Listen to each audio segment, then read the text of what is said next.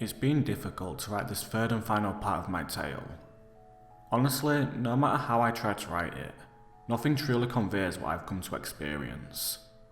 I'll do my best. We left off with Gary and I finding ourselves in hell, which in itself is a rather precarious predicament. The search for my soul had been a rather tedious one, and as we left, we ventured out from that warehouse and into the unknown. I felt a strange sense that everything was going to be okay. I lost Gary on the first day. We traversed across the landscape of hell, which is far less pedestrian friendly than you might think. Mountains scoured the horizon, broken apart by deep ravines that disappear into darkness. The sky was ablaze, and the lightning that rained down from its inferno left fissures large enough to swallow you whole. Winds strong enough to strip flesh from bone came and went, and carried with them the howls of those too unfortunate to get caught in its mist. If I'd came here on vacation, I'd give it 2 out of 5 stars.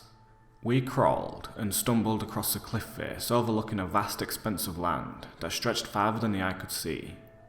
Wilted forests and bodies of grey water littered the expanse, with figures and shapes darting around wildly, predators and prey. Whilst we crawled across the jagged and crumbling rocks, lightning struck between us, which sent Gary tumbling down into the chaos.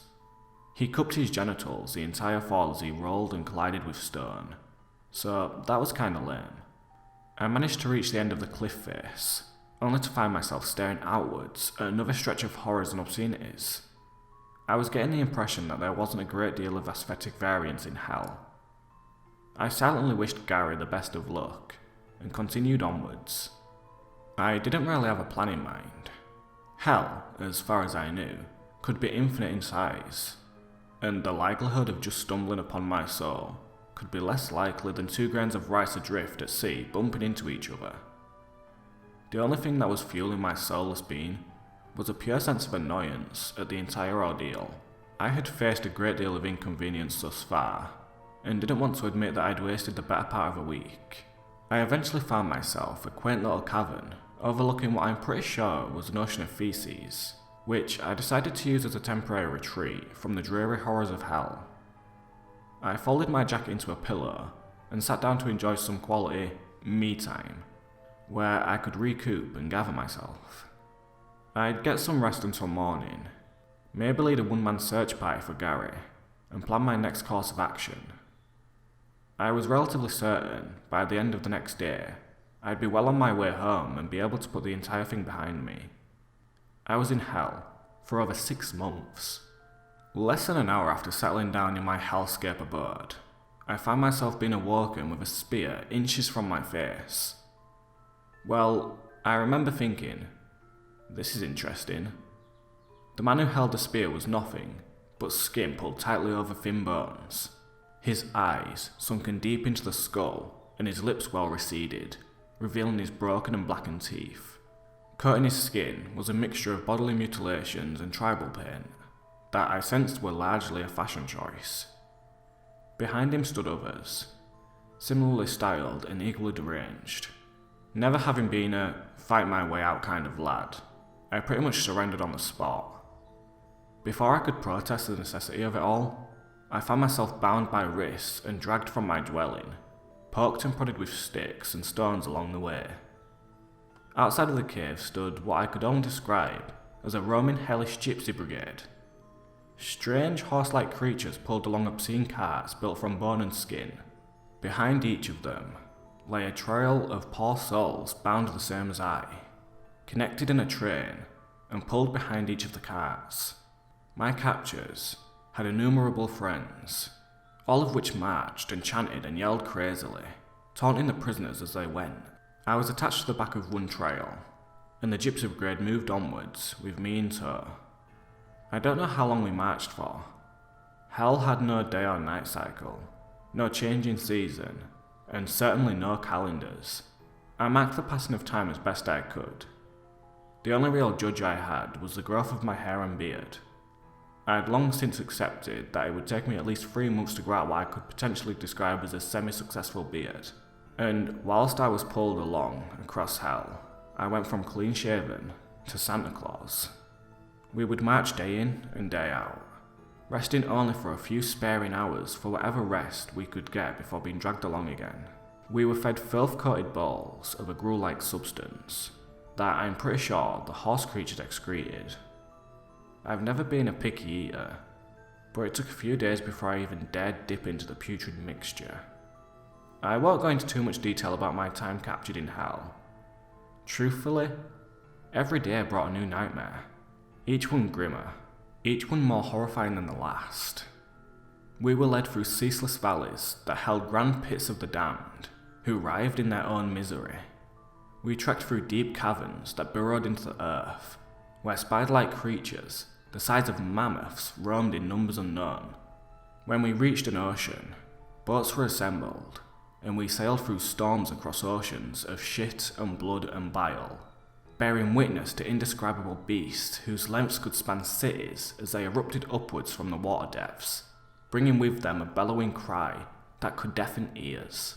We miserably trudged through swamps of long-dead trees with bubbling pools of acid that exploded outwards and coated more than one of us, whom immediately writhed into a puddle of their own being. If I had a soul, I'd have probably been pretty depressed. When my ankles could take no more, I crawled. When I could crawl no more, I was pulled until the skin peeled from my back. After a lifetime, we reached our destination.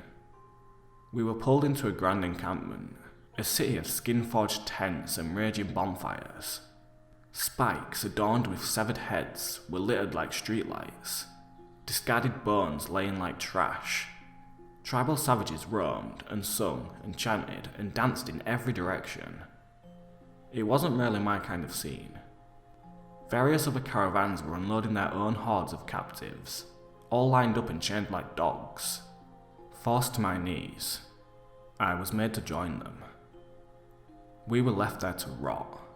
Occasionally, a savage would approach and inspect one of us. Arms lift and groped, legs tapped and stretched, mouths pulled open and examined. Sometimes they were then ignored. Other times, they were untied and taken away, not to return. I imagine they went to a happier, cheerier place. Maybe Morocco. We slept on the floor. We pissed and shit on the floor. Scraps were flung at us, often just out of reach. Dignity was in sparse supply in those moments. As time passed, those who I'd been brought in with dwindled, one by one. Some perished, others were taken. One chewed through his chain, reducing his teeth to broken, shattered stubs. He tried to run, and was ridden down and set alight. Others came and were chained, but I remained. If they were selling us, my captors would need to offer a pretty substantial discount if they wanted to be rid of my sorry, soulless ass, it seemed. I retreated inwards, spending my days staring into space as caravan after caravan rolled into the camp, selling their wares and trading in suffering. Psst! Hey, dude! I snapped out of a daze at the words. It was the first language I'd heard since arriving that I understood. I turned my head as best as I could to look behind me, and saw another poor captured man trying to get my attention. He wore tattered, torn overalls, and the remains of a black beanie.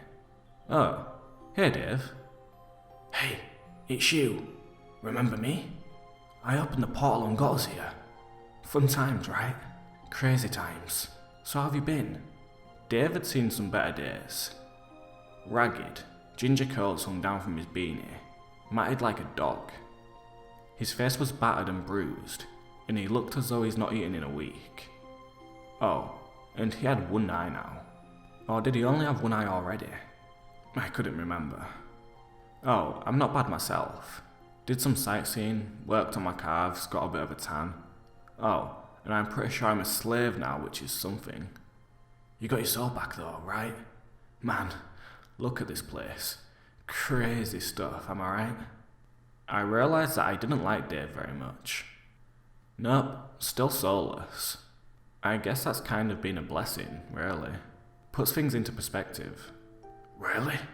The demon I sold it to is, like, right over there. He pointed off towards a caravan, where a being that was more blob than man sat surrounded by various jars of peculiar glowing liquids. He had small, ill-fitting glasses and 4 arms, each of which was scratching a different orifice that coated his form.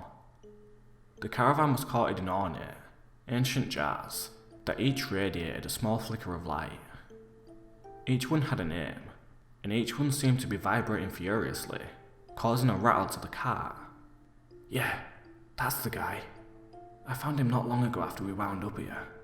Figured he'd help a dude out considering our pre-existing business relationship. The dude sold me for some sheets. Huh, well, that's neat. Kind of annoying, what with the whole slave thing that I've currently got going for me. I awkwardly manoeuvred myself into a sitting position and stared at the caravan. It's difficult to explain, but now that it had been pointed out to me, I could sort of feel a presence coming from the jars. One jar in particular. It sat at the bottom of the cart, slightly damaged, and it appeared to be leaking, surrounded by a few other equally damaged wares. My soul was in the discount remainder bin. And that's when Gary showed up again. "Where the fuck have you been?" was pretty much all I said.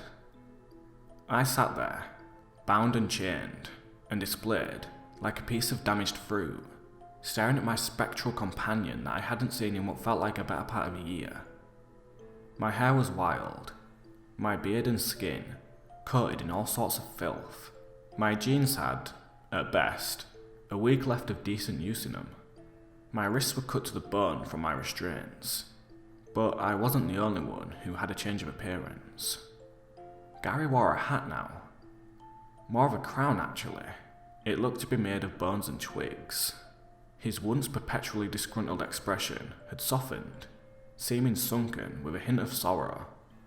His once proud ghastly erection was now but a humble semi. I dared not think what he had endured those past months, but his appearance said it all. Behind him was a small group of the damned, a baker's dozen at most. Each one of them wore strange cloaks that covered their forms, their faces expressionless and gaunt. When Gary stopped in front of me, they fell on their knees and began to chant and bow clumsily. I guess Gary was their leader now, or their god. I don't even know. Upon seeing me, Gary turned towards them, made a few gestures, and removed his crown, placing it on the ground. A few of his flock began to tremble, a few burst into howling tears. One by one, they all departed. Gary looked at me and shrugged, a single ghost tear running down his ghost cheek. It was all ridiculous, honestly. "Hey," I said. Gary nodded back. Gary approached and began fiddling with my restraints. In a few moments, he had freed me, and none of my captors seemed to notice. I stood up, dusted myself off, and threw up slightly as blood rushed to my feet. I stretched my back and coughed fiercely. Gary gestured his head towards the soul-covered caravan. I nodded, acknowledging that I'd seen it. "Well, let's just take it and get out of here. Come on, Gary." "You can't steal a soul, buddy," Dave piped up from behind. "Oh, and could I get a hand over here too?" Hell is overrated. I turned back towards the caravan, and then back to Dave, and then to Gary. "You know what? I'm done. Let's just say that we tried. We gave it a solid effort. Fuck this. Fuck hell. Fuck it if fuck being a hell slave. Fuck you, Dave. Fuck the dishwasher. Fuck your goddamn boner, Gary. Fuck you and your boner." I collapsed, completely finished. Some may say that I was overreacting, but even a soulless husk has its limits. If only I could just rest. Gary didn't react. He looked down upon me, sighed, and disappeared into nothingness as though it was the most casual gesture in the world. I was alone again. I wasn't counting on Dave. Fuck this. Fuck whatever that is. I was walking forward now, my blood boiling. I don't know if it was down to the proximity of my soul, but I started to feel raw, unfiltered emotion seeping into my skin. Fuck souls. Fuck hell so goddamn much.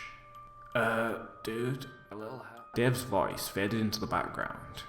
I reached the soul trader, stood before him defiantly. He looked a bit confused and a bit offended. Give me my soul. He blinked. He itched his slime-stained scalp. A strange mucus dripped from one of his many orifices. He didn't seem to mind.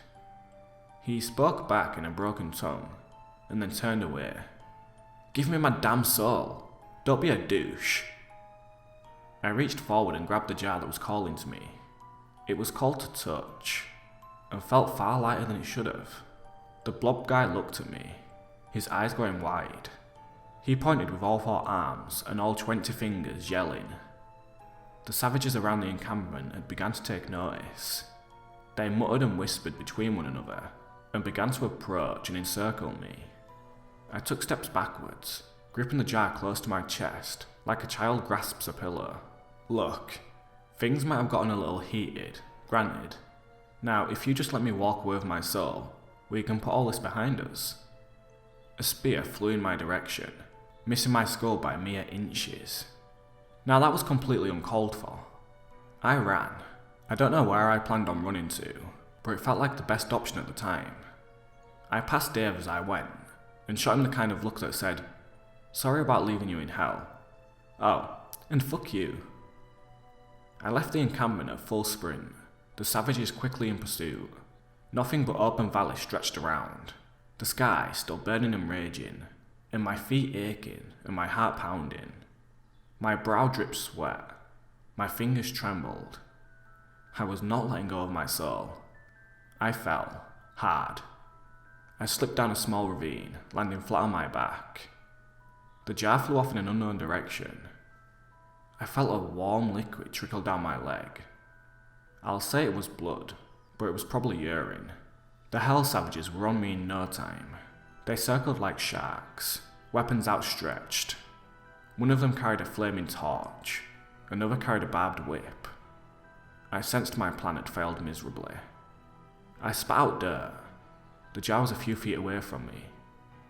I began to crawl towards it as the lash of the whip came cracking down on my back. I screamed, and spittles of blood dusting the ground. I reached the jar. Another whip. I felt the skin on my back tear open. I raised the jar. Another whip. I felt the barbs crack the bone. I brought the jar back down to the earth as hard as I could, as I heard the air break as the whip began to tear down again. The jar shattered. Nothingness. I was adrift. Somewhere and everywhere. I was nothing and everything and something all at once. I felt no pain or ache. Wasn't tired, or hot, or cold, or stressed, or scared. Just complete and pure nothingness. Wherever I was, I felt as though I'd been there before. I could sense nothing, but at the same time everything was heightened and overloading. I have no experience in it, but I imagine it's what meth felt like. Then, as though nothing had happened at all, I was back. I felt different, but the same. It was disorienting. I could see nothing but the ground. And slowly, the pain that radiated my body returned. I forced myself onto my back, which burned fiercely. I was still in hell. Great. The savages stood around me now, eyes widened and weapons gripped. A few of them scowled, and others looked frightened. I stood up and waited for the inevitable killing strike, but it never came. One by one, they began to turn tail and run, fleeing back to the encampment. Soon enough, I was stood alone, surrounded by discarded weapons. Well, that was odd. I guessed it was one of those things you just have to roll with. Exhausted, I scanned the horizon, decided upon a nice looking hill to walk towards, and set off. Upon my first step, the ground beneath me crumbled, and I was swallowed by the abyss. I faintly heard Dave's voice as a whisper in the distance. "You can't steal a soul, buddy." I could see them beneath me as I fell. Thousands of souls, all piled up upon one another, surrounded by nothingness, all reaching upwards towards me. I landed atop the pit, hard. The writhing mess of flesh accepted me, hands outstretching and pulling me inwards. Within moments, I was dragged deep within. I felt the pressure of it all on my chest, the air being forced out of my lungs. I tried to scream, but fingers wrestled into my lips and began to force their way down my throat. With my one free hand, I reached upwards towards the darkness, as I got what I knew would be my last glimpse of anything. Light exploded overhead. Pillars of brilliantly white fury descended, burning away at the accursed souls who pulled me downwards. 1,000 shrieks killed my eardrums, withdrawing. I looked up, blinded, and saw the most beautiful sight that any being has ever bared to witness. Gary descended slowly, the light radiating from his glorious form. He floated above me, his angelic erection stronger and prouder than ever. He reached out his hand and took mine, and pulled me from perdition. We rose together, Gary's hand locked around my wrist as I hung beneath him. We rose and rose until we had left the abyss that I had been called to, until hell was but a faint glimpse below. We ascended through the infernal sky, and as I closed my eyes and embraced every moment of my saviour's presence, "Gary, are you an angel?" I don't know whether I actually asked, or whether I merely thought it. Within my mind, a gentle and comforting voice replied, but I don't recall what it said. The light grew brighter and brighter, until it was everything. I awoke in my apartment, and that was that.